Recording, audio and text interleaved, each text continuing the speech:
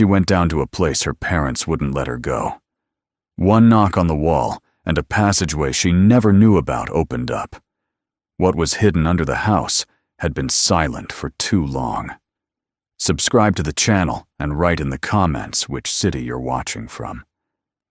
The road leading to the old Markham house had not changed in the years since Eveline last drove it, yet something in it felt altered, emptier, quieter, as if the trees themselves remembered her and fell silent in her presence. Gray clouds pressed low over the hills, their bellies heavy with rain that had not yet begun, but promised to. The world looked washed out and exhausted, the way she felt inside. She had driven for hours with the radio off, unable to bear the weight of any voice, even her own. Each passing mile seemed to tug her backwards in time, toward a place she had long abandoned and never hoped to revisit. When the tires of her car finally crunched onto the gravel driveway, she sat still for a moment, letting her breath settle in her chest. The house rose in front of her, like a memory she was not prepared to confront. Peeling paint, sagging porch rail, windows that reflected only the dull sky. The Markham home had never been particularly beautiful, but now it looked wounded, like something that had been left behind by life itself. Eveline stepped out into the chilled air and pulled her coat tighter around herself. A faint scent of wet earth drifted up from the lawn.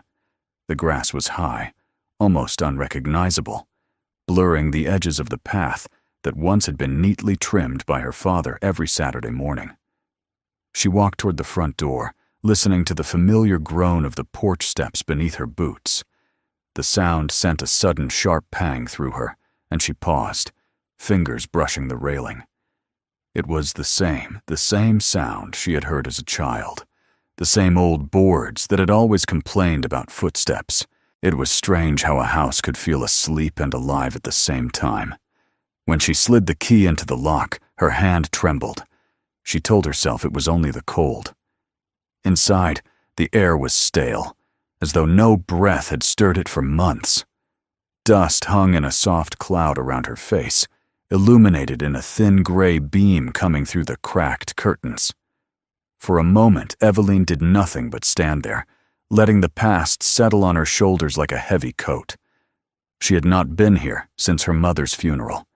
She had refused every attempt to make her return sooner. Now, with both parents gone, and the house left to her alone, she had no reason to delay any longer. It was time to sort their belongings, to decide what could be kept, what should be thrown away. It was time, she thought, to close the door on this chapter of her life forever. She began her tour room by room, each step slow and deliberate. The living room greeted her first, the same threadbare sofa draped in a sheet, the old lamp with its cracked shade, the family photographs hung crookedly on the wall. Dust coated everything like a thin blanket.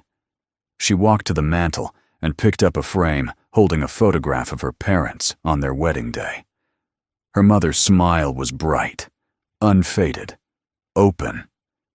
It was hard to reconcile that radiant woman with the trembling, fearful person she had become near the end. The kitchen was next. Eveline hesitated in the doorway, struck by how untouched everything appeared. Her mother had always kept it spotless, and now, despite the months that had passed, it still held a trace of that same order. The kettle rested on the stove as if waiting for morning tea. A wooden spoon lay beside a stack of bowls. A calendar hung on the wall, the last date circled months ago, the day her mother had been taken to the hospital. Eveline's throat tightened. She was not ready to linger there. She climbed the stairs to the second floor, her hand sliding along the banister polished smooth by decades of familiar touch. The bedrooms were just as she remembered. Her father's comb and glasses rested on his nightstand, his shoes neatly placed at the foot of the bed. Her mother's dresser held a row of perfumes, their labels faded, but intact. Eveline trailed her fingers across each object, feeling the strange mix of intimacy and distance that death creates. The rooms felt preserved, like small shrines to the lives that had once filled them. It wasn't until she returned downstairs that she noticed the thing she had been avoiding, the door to the basement. It stood slightly ajar, though she remembered her mother keeping it locked at all times. A faint, musty smell drifted through the crack. Eveline hesitated, recalling vague childhood memories, the stern tone in her mother's voice whenever she caught her near the basement door, the quick way her father shut it whenever he passed. "Nothing down there for you," they had said. "Not a place for children. Dangerous." At the time, she had believed them. As an adult, she had dismissed it as an old person quirk. Now, standing before it again after so many years, the same unease prickled at the back of her neck. She pushed the door open, the hinges whining as if resenting the disturbance. The stairway fell steeply into darkness. The single bulb hanging above the threshold blinked dimly, casting a jittery halo that did little to illuminate what lay below. Eveline descended carefully, feeling the wood bow slightly under her weight. The air grew colder, thicker, saturated with the scent of damp wood and forgotten years. At the bottom, she swept her flashlight across the basement. Boxes were stacked haphazardly along the walls, old tools hung from rusted nails. The cement floor was stained with dark patches where water had pooled and dried. But it was the far wall that caught her attention. Unlike the rest of the basement, with its uneven stone foundation and ancient beams, this particular wall was unnaturally smooth. The bricks were newer, the mortar lighter in color, and the alignment too tidy, too deliberate. She frowned, stepping closer. It didn't belong here. Beside the wall, half hidden under an old tarp, lay a small tool, a worn, dust-coated pickaxe. She reached down to touch it, but withdrew her hand quickly. An uncomfortable thought crept into her mind. Had her father rebuilt this wall himself? And why? She pressed her palm against the bricks. They were colder than the rest of the basement, as if something behind them was drawing in the heat. She noticed a thin crack running vertically through the mortar. Curious now, driven more by instinct than logic, Eveline fetched the flashlight and the old pickaxe. The tool felt oddly heavy in her hands. She hesitated for a long moment, before finally lifting it.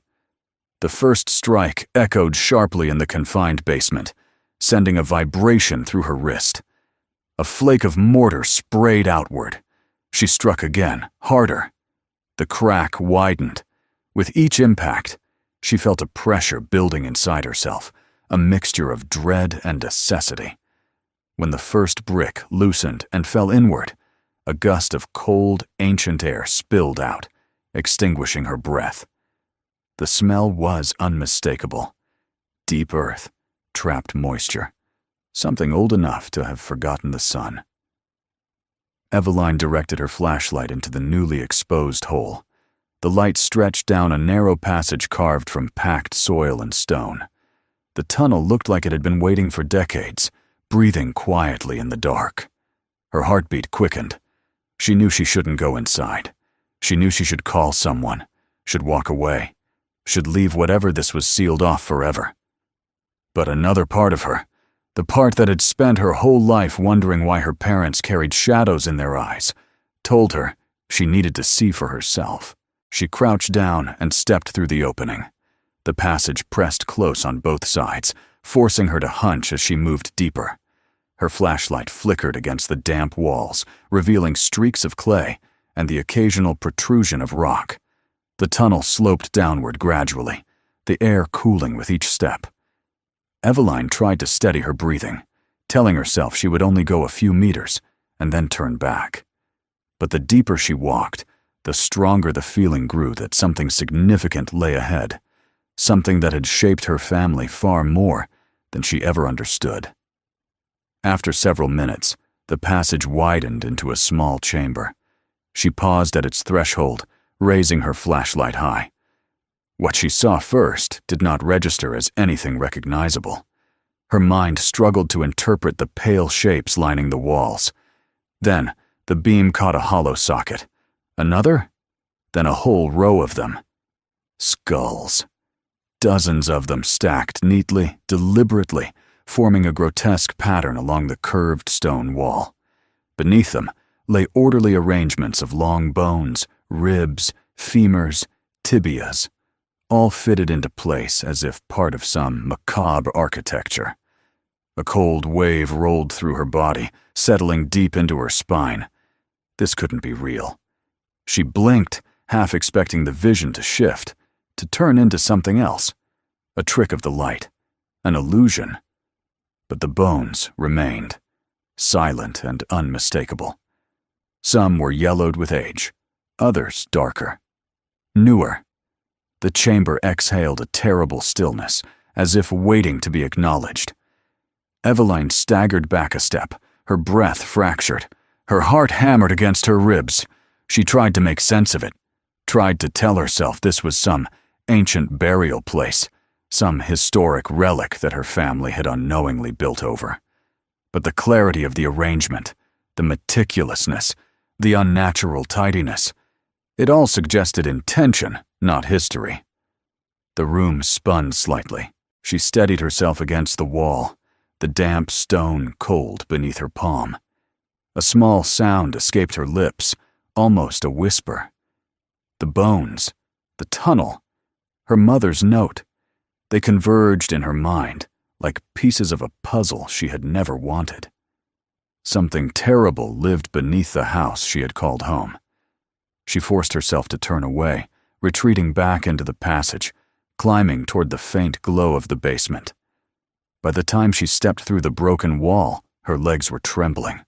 She leaned against a support beam, trying to calm the flood inside her. The house above felt suddenly foreign, its silence heavier, its darkness thicker. She did not know how long she stood there before she noticed a small, folded note lying on the basement shelf near the old paint cans. The handwriting was her mother's. She picked it up with shaking fingers. The message was brief, written in hurried, uneven strokes. Do not go below. It remembers. A chill swept across her skin. The words echoed in her mind as she climbed the stairs, the old boards creaking underfoot as though protesting her discovery. She reached the top and closed the basement door firmly behind her, leaning against it as though she could trap the darkness below. Night pressed itself against the windows. A faint drizzle began, pattering against the glass. Eveline stood alone in the dim hallway, her breath uneven, her heart still racing. She had come here expecting to confront grief, to sort through the remnants of her parents' lives. Instead, she had found a secret that stretched far deeper than she could have imagined, a secret that had lived beneath her feet all her life, silent and waiting. She moved to the living room and sank onto the dusty sofa, staring into the shadows. The memory of the bone-lined chamber loomed in her mind with suffocating clarity. Why had her parents built over such a place? Why had they never told her? What had they feared so deeply that they chose silence? Outside, the rain thickened into a steady drumming. Inside, the house remained still. Eveline sat motionless, feeling the weight of the past settling in around her like a tightening shroud. She knew one thing with absolute certainty. This was only the beginning. Whatever lay beneath the house was not done with her. And though fear clawed at her insides, she also felt the steady pulse of something else, something like resolve. She would not leave without uncovering the truth. The darkness below had waited long enough. Eveline barely slept that night. The rain, which had begun as a soft whisper against the windows, deepened into a relentless storm, rattling the old frame of the house until it seemed the walls themselves trembled with unease. She lay awake on the narrow bed in her childhood room, listening to the sounds that came and went, creaks in the ceiling, the shifting of the wind through the tall grass, and once, perhaps only in her imagination, a low hum arising from beneath the floorboards, as though the earth itself exhaled. When exhaustion finally overtook her, she drifted into a restless darkness, filled with the echo of hollow sockets watching her from the underground chamber. By morning, the storm had passed, leaving behind a washed-out sky and a heavy, humid stillness that wrapped around the house like a damp cloth. Eveline stood at the kitchen sink, staring at her reflection in the small window. Her face looked drawn, older than she remembered, and her eyes carried the same wary tension she had seen in her mother's during those final months. She turned away, unable to linger on the resemblance. The house was quiet, but not peaceful. Its silence felt like something holding its breath. As she moved through the rooms, she could not stop thinking about the tunnel. The memory of the bone-lined chamber lingered like a stain she could not scrub away. Every time she blinked, she saw the careful arrangement of the skulls, their empty eyes reflecting her own disbelief. She tried to make sense of what she had found, but the questions grew more tangled. Who had built those passages? How long had they been there? Why had her parents sealed them away? And what did her mother's warning mean? She knew she needed answers, and she knew where to look. If anything in this house could explain what lay beneath it, the explanation would be hidden among her parents' things. She returned to the living room, then moved slowly toward the narrow hallway that led to the small study her father had used. Some part of her felt like an intruder, stepping into a space that had always been off-limits without permission. But permission no longer mattered. The truth did. The study was dim, lit only by a sliver of morning sunlight slipping between the curtains. Dust coated the desk in a thin layer, and a stack of papers sat exactly where her father had left them. Eveline pulled out the chair and sat down, feeling the cool wood against her palms. She opened the desk drawers one by one.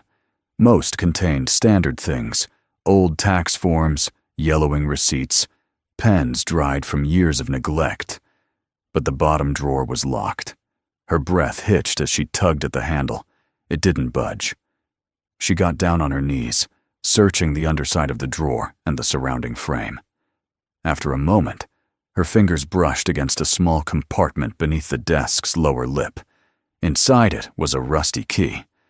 She held it for a long moment, sensing the weight of it, not in metal, but in meaning. When she inserted the key into the drawer's lock, it turned with unexpected ease, as if someone had oiled it, not long before it was last used.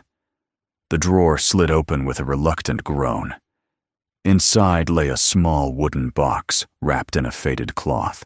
The cloth looked familiar, and when Eveline unfolded it, she realized it was the same handkerchief her mother had always carried, embroidered with small blue flowers.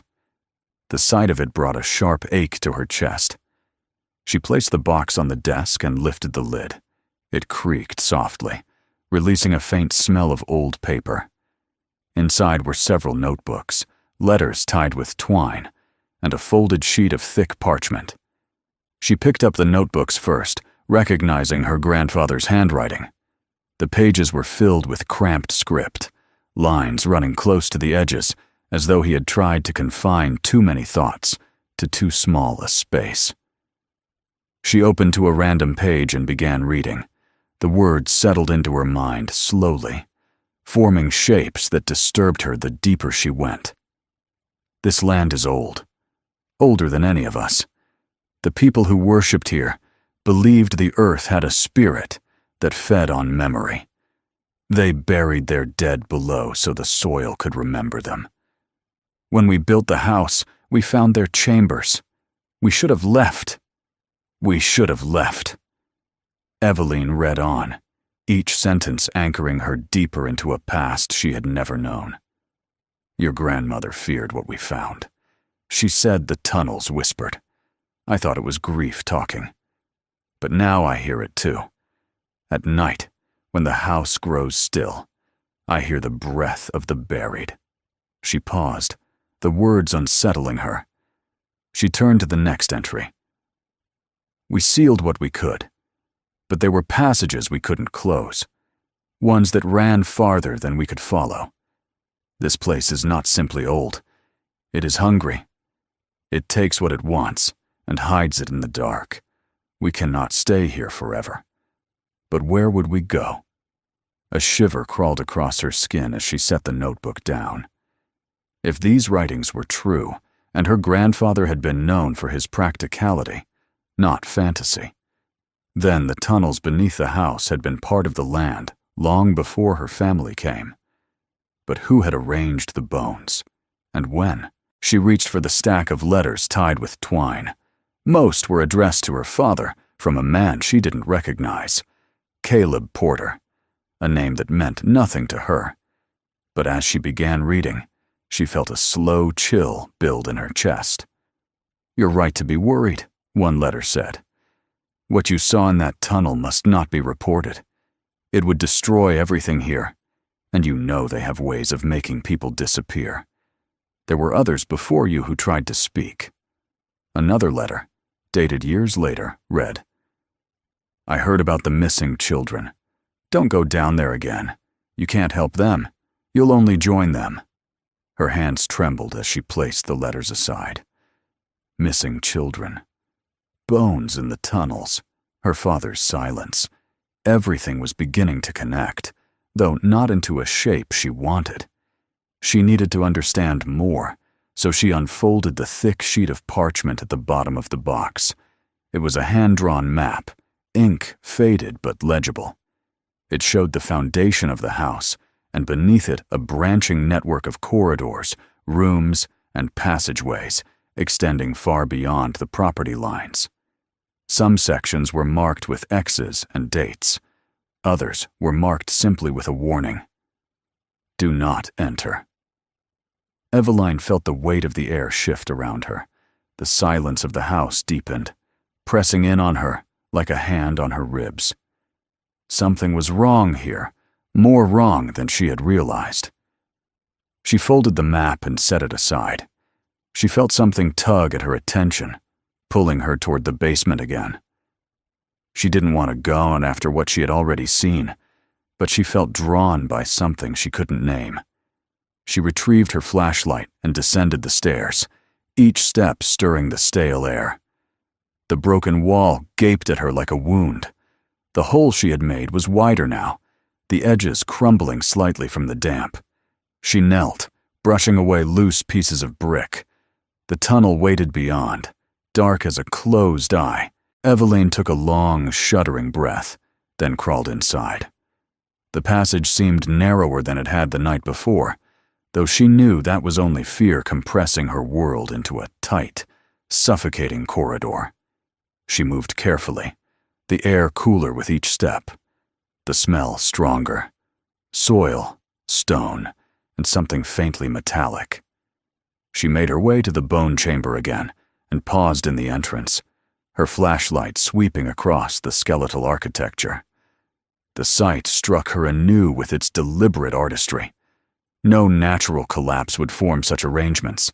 Someone or several someones had built this place with intention. She approached the nearest wall.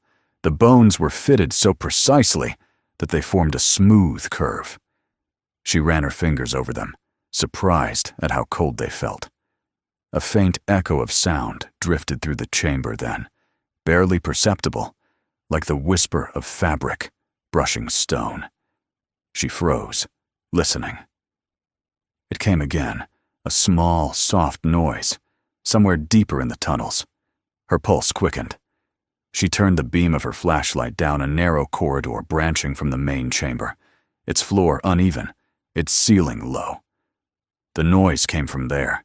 She stepped toward it, driven by a mixture of dread and necessity that she could not resist. As she moved, the air seemed to thicken. The sound grew clearer, a faint scraping, as though something was being dragged. She paused at a bend in the passage, her heart thudding in her ears. She swung the flashlight forward, its beam trembling. The passage was empty, but the sound had come from somewhere still ahead. Soft, deliberate, unmistakably real. She forced herself to continue. The corridor sloped downward, the walls damp, the ceiling dripping. She passed old wooden beams, rotted through, remnants of some forgotten attempt to reinforce the tunnels. After several minutes, the passage opened into a smaller chamber. Here, the bones were different. They were not arranged in patterns or fitted into the walls. They were scattered, piled in haphazard heaps. Some were cracked, some freshly broken. And among them lay something that made the breath catch in her throat, a silver pendant with a small, etched heart. She recognized it immediately. 20 years ago, a girl from the nearby town had gone missing. Her picture had been on posters, in newspapers, on the evening news. Eveline had been a young woman then, newly moved away from home. She remembered her mother clutching the newspaper and saying, "That poor family." She remembered her father locking the basement door that same week. Eveline knelt slowly and picked up the pendant. It was cold, even colder than the bones. Holding it felt like holding a shard of the girl's lost life. She closed her fist around it and rose to her feet, feeling a tremor run through her body. Then she heard it. A sound that did not belong to dripping water or shifting stone footsteps, faint but unmistakable, echoing through the corridor behind her.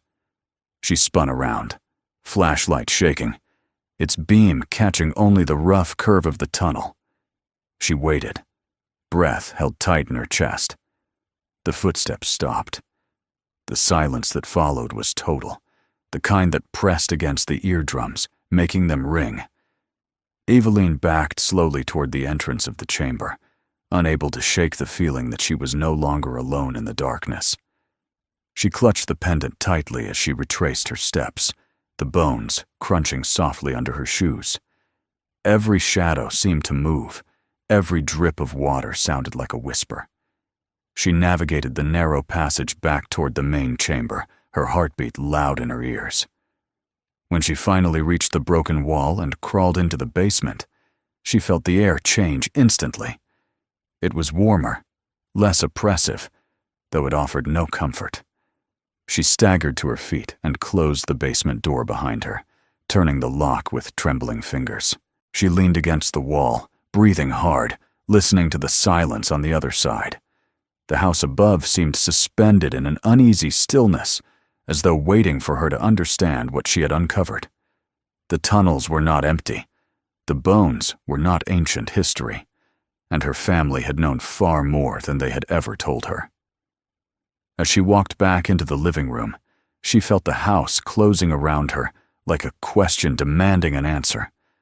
She held the silver pendant in her palm and stared at it for a long, shaking moment.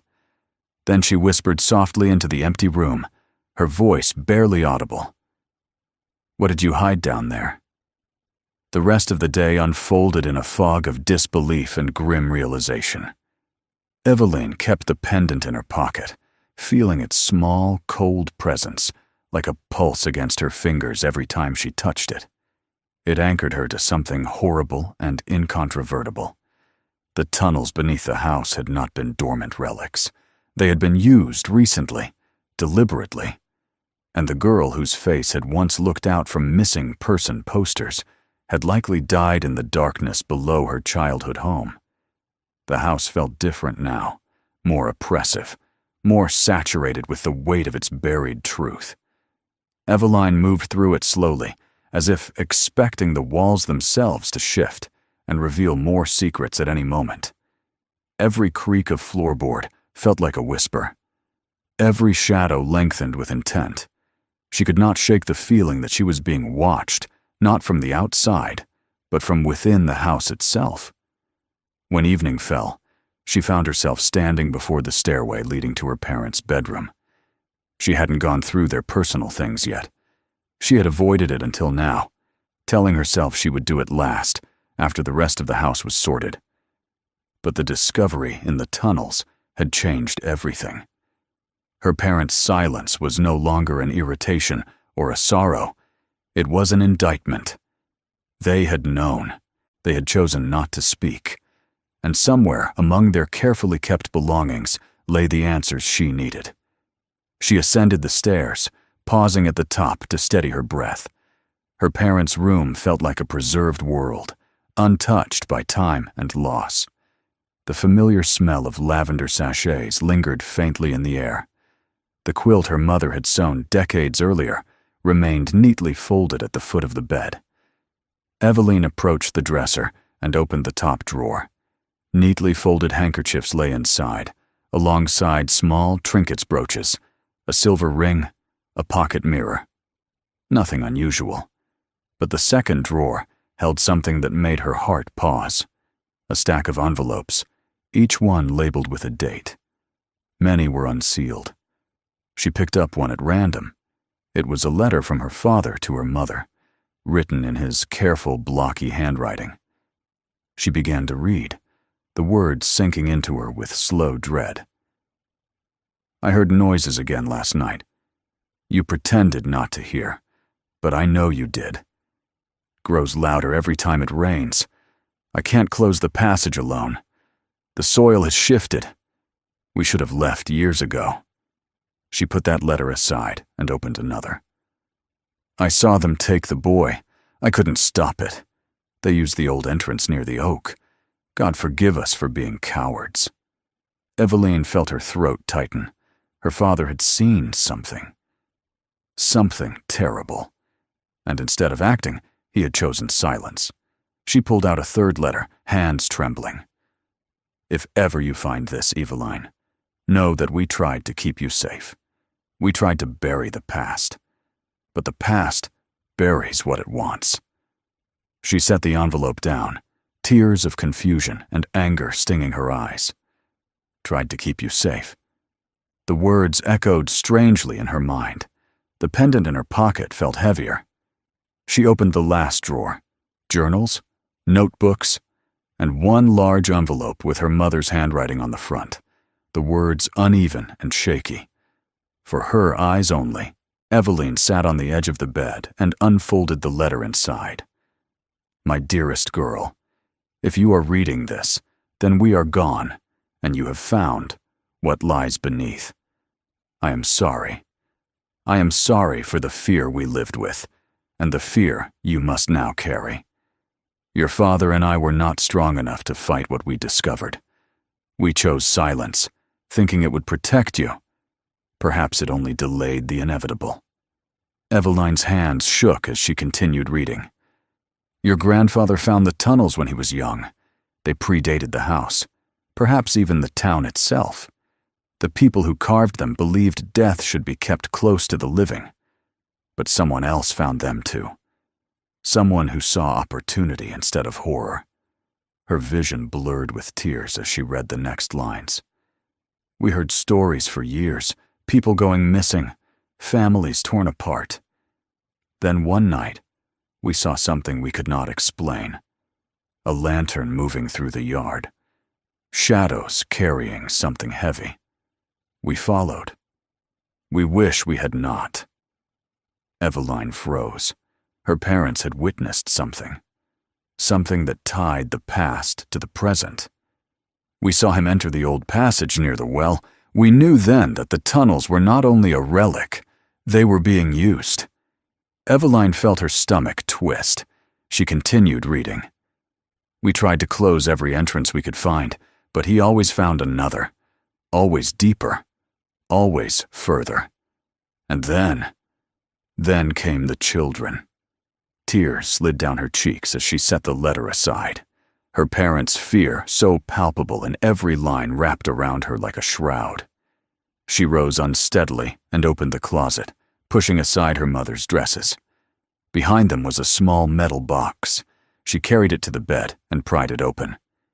Inside were newspaper clippings, articles about disappearances dating back decades. Men, women, children. Some cases had been resolved. Most had not. One headline caught her eye. Local girl still missing after extensive search. The photograph was identical to the face on the pendant she'd found hours earlier. She reached deeper into the box and found something even more disturbing.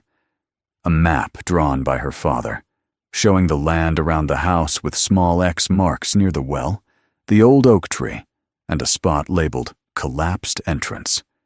He had tried to track the tunnels. He had tried too late. Eveline felt a rising need to understand, to confront the truth, even if it destroyed her.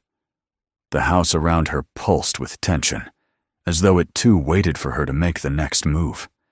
She gathered the letters, the map, and the pendant, placing them all on the bed. Then she went to the basement door and stared at it for a long moment. The air on the other side seemed to breathe. She descended slowly, each step sinking her deeper into the weight of her family's past.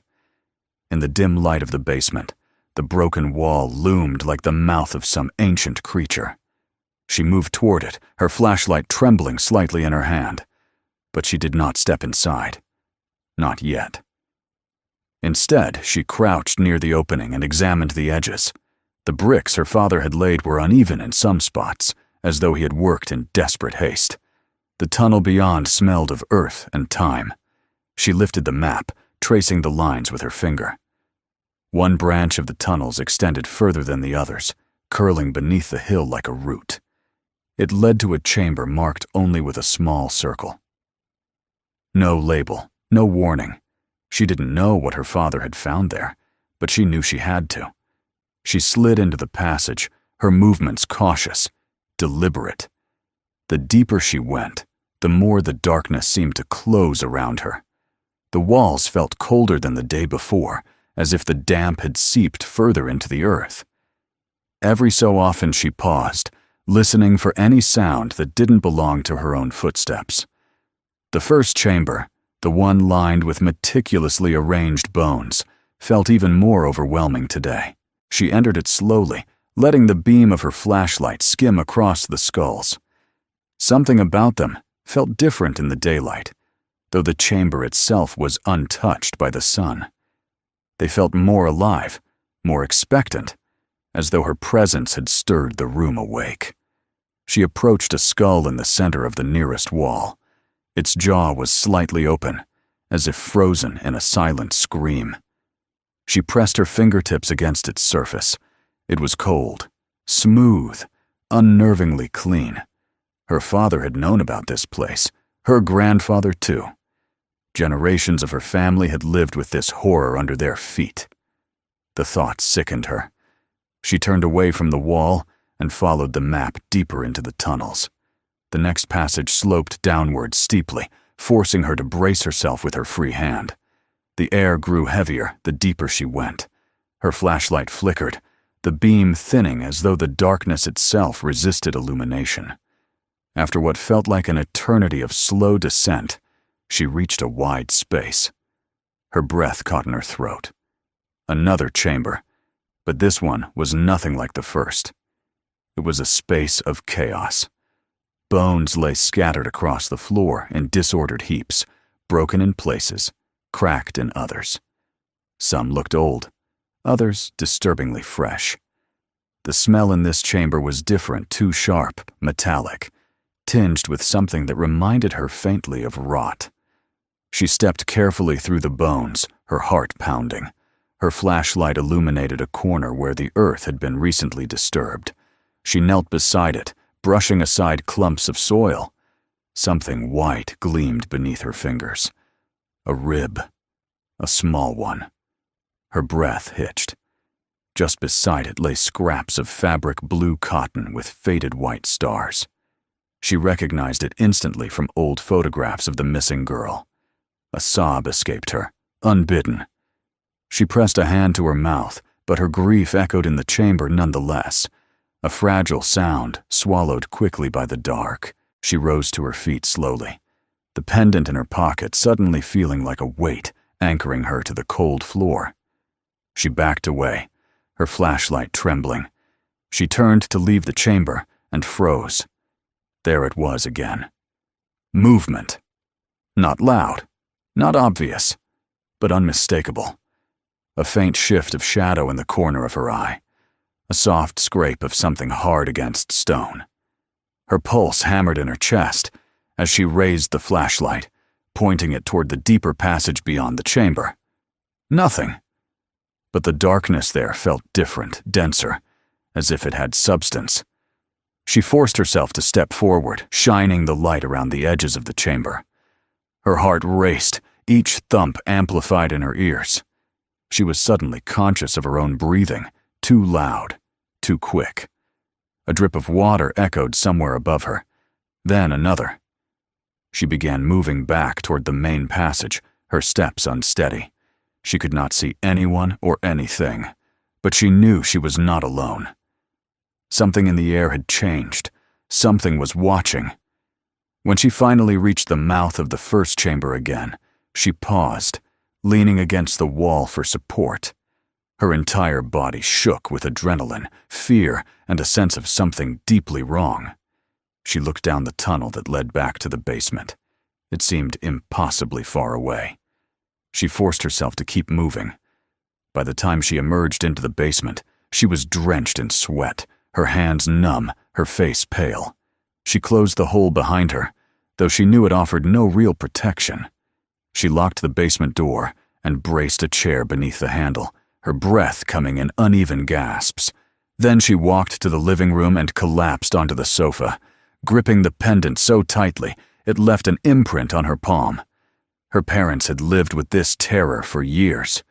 They had tried to seal it away. They had tried to protect her. But they had also chosen silence, letting others suffer while they kept their heads down. Now the silence was hers to break.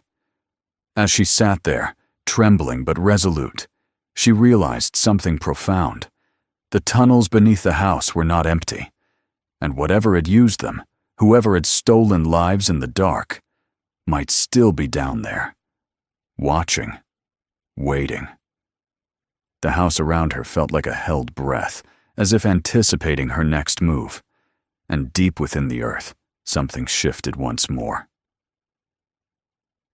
Eveline did not call the police that night. She wanted to convince herself it was fear that held her back, or exhaustion, or the shock of seeing undeniable traces of a crime committed beneath her own childhood home. But as she lay awake in the old living room, every creak of the floor, every rustle of branches outside, every distant groan of the settling house pressed deeper into her mind. She realized the truth wasn't any of those things. She was afraid of what would come out once she let the light in, not just from the tunnels, but from the past. Afraid of what the world would say about her family, afraid of what she herself might learn. But when dawn finally rose and pale light bled across the floorboards, one quiet truth crystallized. Fear had already taken too much from too many. Silence had swallowed children, broken families, and consumed decades of grief. Silence had allowed something monstrous to thrive in the dark beneath this house. She would not contribute to that silence anymore. With hands that trembled only slightly now, she picked up the phone and dialed. Her voice was steady when she spoke, though her heart hammered wildly. When she hung up, a strange calm washed over her. Not relief, but a grim acceptance. The truth was coming now, whether she was ready or not. The police arrived faster than she expected. 2 local officers first. Curious, skeptical, clearly thinking they were responding to an emotional woman grieving in an old house full of ghosts. But when Eveline led them to the basement, unlocked the door, and moved the chair from beneath the handle, the air changed. Doubt slipped into something quieter, more vigilant. They examined the broken wall. They shined their flashlights into the opening. The first officer crouched down, hesitating. His partner whispered something under his breath, the words muffled but sharp. Then, reluctantly, they crawled through the gap and disappeared into the darkness. Minutes passed, then more.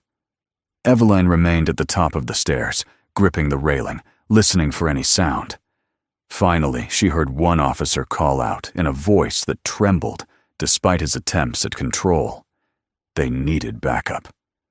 Soon the house swarmed with activity.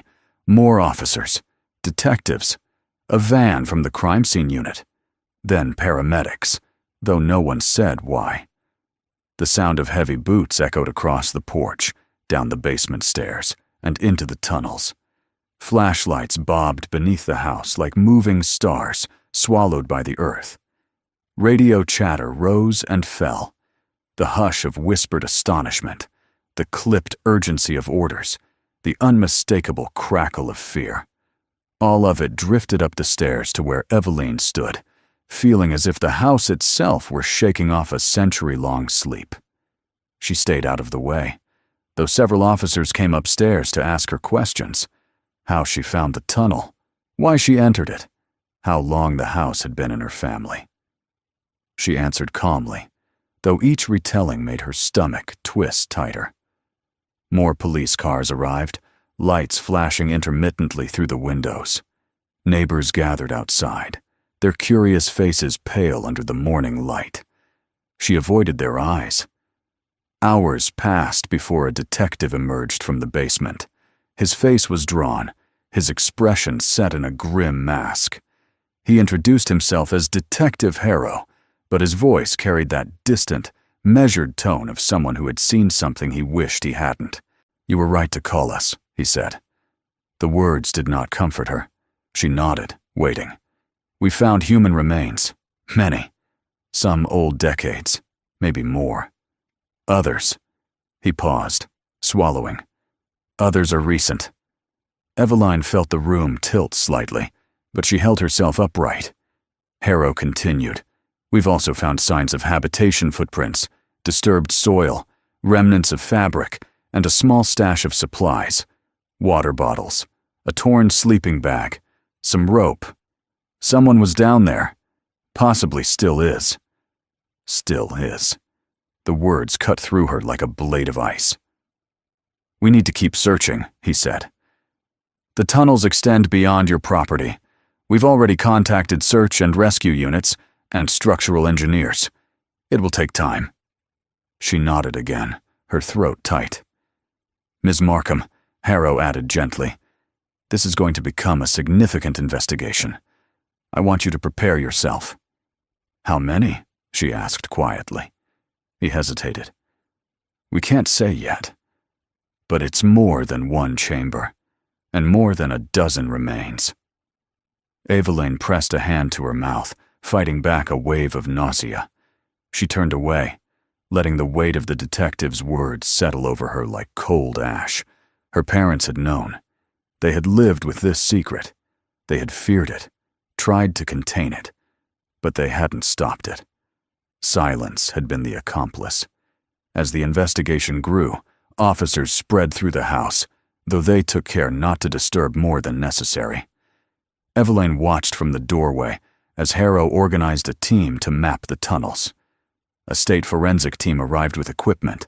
A large generator was wheeled into the yard, hum filling the air as floodlights illuminated the basement. Men and women in protective suits descended into the darkness with measured precision. It was well past noon when a commotion rose from below. Voices sharp with urgency. Someone calling for medics. Eveline froze, her breath caught mid-inhale. Harrow appeared moments later, radio in hand. "We found someone," he said. Her knees nearly buckled. "Alive?" she whispered. He nodded slowly, though his expression held no triumph, only disbelief. They were trapped down there, weak, dehydrated, malnourished, barely conscious, but alive. Eveline felt a tremor move through her. Alive. Someone had survived in those tunnels among the bones. Someone had clung to life in the dark beneath her house. She followed the detective to the porch, where paramedics were lifting a shrouded form onto a stretcher. The figure beneath the blanket was small, thin, trembling violently even as they wrapped them in thermal coverings. Their skin was pale, their eyes sunken. They looked half feral, blinking rapidly at the sudden presence of daylight after so long entombed in darkness. Eveline stood back, her heart aching at the sight. This was not the killer. This was a victim. Someone who had fled into the tunnels, perhaps trying to escape. Someone who had survived on scraps of stolen time.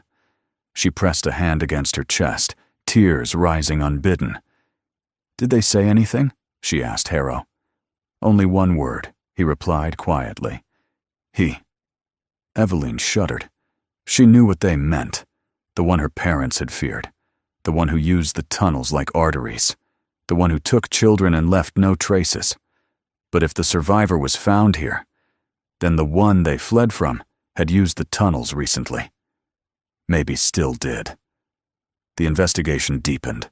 As daylight began to fade, officers returned from the tunnels with grim updates. The passage system extended beneath several properties, some abandoned, others still occupied. Many entrances had been sealed, but others appeared collapsed, flooded, or too unstable to traverse. Engineers warned that continued exploration risked triggering a widespread cave-in, but the police pressed on. Near dusk, a team emerged with yet another discovery, a deeper chamber containing artifacts. Old tools, tattered clothing, rusted lantern hooks in the walls, and a makeshift platform where someone had once conducted grim work. Among the items were a few scraps of newer fabric and a rusted metal chain anchored into stone. Harrow's jaw tightened as he relayed this to Eveline. Whoever had built the bone walls was not the same person who had used the tunnels in recent decades. The original creators were long dead. But someone else had inherited their darkness, and her family had lived above it all. By nightfall, the structural engineers warned that the central chamber, the one filled with meticulously arranged bones, was at risk of collapse due to the sudden influx of people and equipment. Harrow ordered everyone out.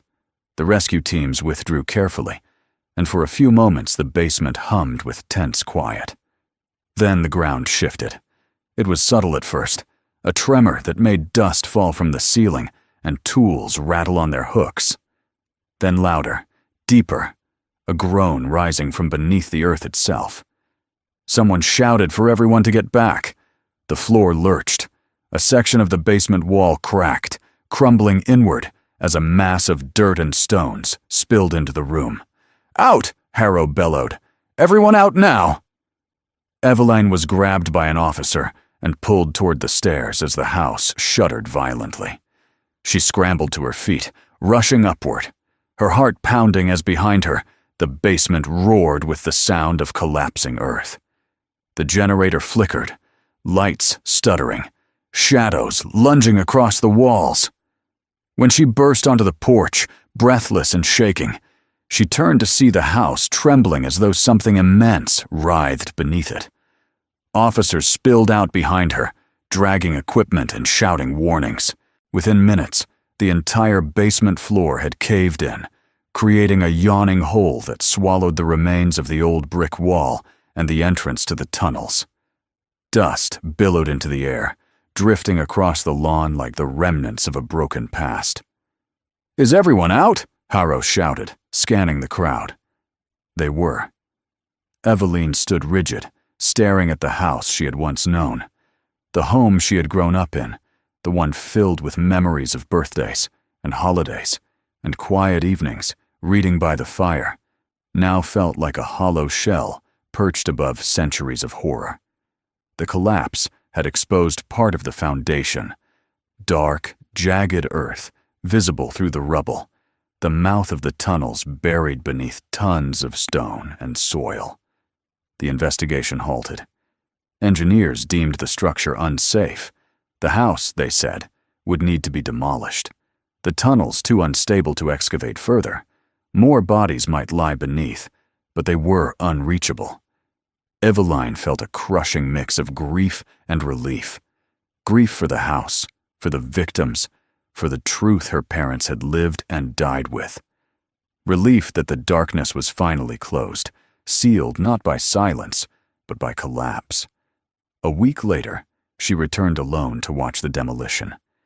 Heavy machinery roared to life, tearing into the walls, crushing beams, reducing her childhood home to dust and splinters. She stood back, arms folded tightly across her chest, feeling each strike like a wound and a liberation. As the final wall fell, she felt something shift inside her. Something long, confined to the shadows, finally breathing in open air.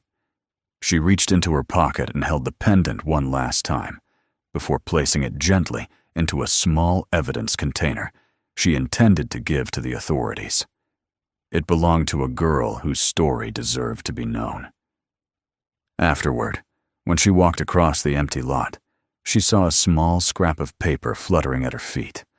She bent down and picked it up. It was a torn page from her mother's notebook, the handwriting unmistakably hers. We could not save them, but maybe you can save someone else. Eveline folded the paper carefully and held it to her chest. The wind swept across the cleared ground, carrying with it the scent of uprooted soil and old sorrow, but also the faintest trace of renewal. She turned toward her car, knowing she would not return here again. The past had been exhumed, its horrors brought into daylight. And though the darkness beneath the house had claimed too many lives, it would take no more. The earth was silent now, and for the first time, so was her fear.